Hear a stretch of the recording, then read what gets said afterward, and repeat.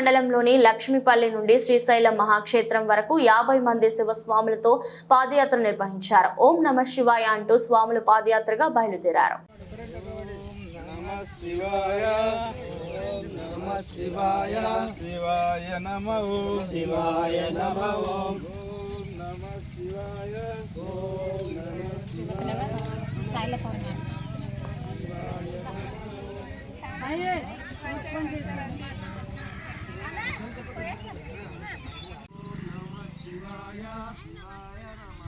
శివాయ నమః